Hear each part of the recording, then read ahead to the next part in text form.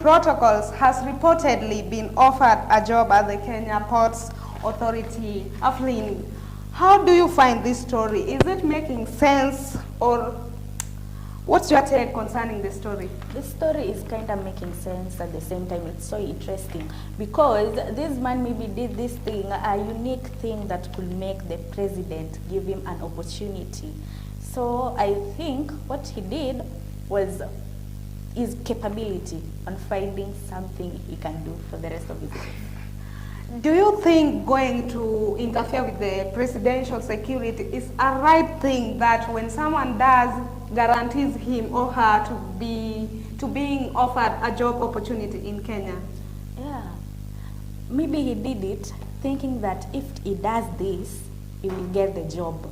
So the security were not eyeing on the president, right? So he was almost reaching the president for a hug, of which he never did that. No, there are some footages, even though the footages plays different clips. There's a video that I saw, the man or the gentleman reached the president and the security were trying to defend the president, or they were trying to block him from getting to the president, but unfortunately he managed. So according to me, I don't think when we are looking for job opportunities that was the right way to go, because he would have spoken to the securities of the president or anyone. But you know, anyone to air in his grievances to the president. It's so hard.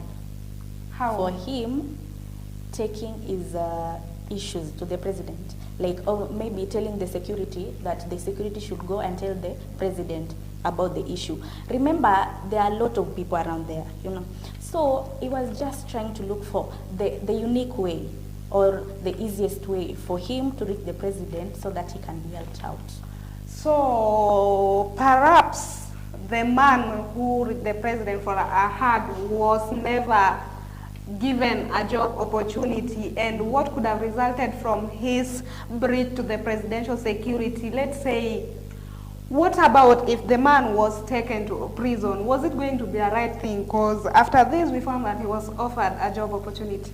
I don't think he could have been taken to the court because he never did something very strange or something bad that could hurt the president. Okay, he did it without the consent of the security men, but he never did a wrong thing. So him being taken to the court could be another issue because the resident could not allow that. He never did a wrong thing.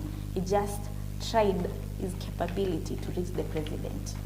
Okay, thank you for your views. On the other hand, Kenneth Lusaka has sparked mixed reaction after warning men against hugging their mother-in-law in panic. The Bungoma governor says the gesture may be misunderstood and could blur cultural boundaries, urging men to instead show respect in more appropriate ways. This is kind of funny. On your side, what can you say about that? Hey, you know, in the current world we are living in, things are moving on differently. Okay. You find that hugging, this is something that was not oftenly done in the previous years, but as life continues, we find so many improvements whereby hugging someone is not something, it's not a big deal. So I don't know why I don't know why the Bungoma governor is warning people against hugging their mothers-in-law, even though hugging is something not bad, not good at some point too, but I think there should be a gaps that should be maintained. Someone should not cross the gap, like in the issues of the relationship, because we find that the governor is warning men against hugging the in-laws. You find that the relationship between the man and the mother-in-law is somehow serious, that you cannot just allow a man to hug the in-law. It's not something making sense at all. I think hugging an in-law is a normal thing. Or maybe on his take on the Bungoma governor, he thought it is a Gen Z thing. And me, I think hugging someone is kinda just creating a relationship that you have. Maybe the daughter was having the kind of husband he was wanting for the daughter. So hugging the man is not a big deal, but it depends with the type of hug you're also giving the mother-in-law, you know. So I think it's okay. No, but on my side, it's still a no thing. I don't allow it because the governor, he's warning men. That's what we are finding. Why not women too? Because you can find that the wives of these men also, they have in-laws whom they may intend to do the same thing to them. Why is it that the governor is only sounding a warning to men? Yeah, it's kind of weird. It's also it's only being sounded to the men. Maybe we could find out how these men are doing it.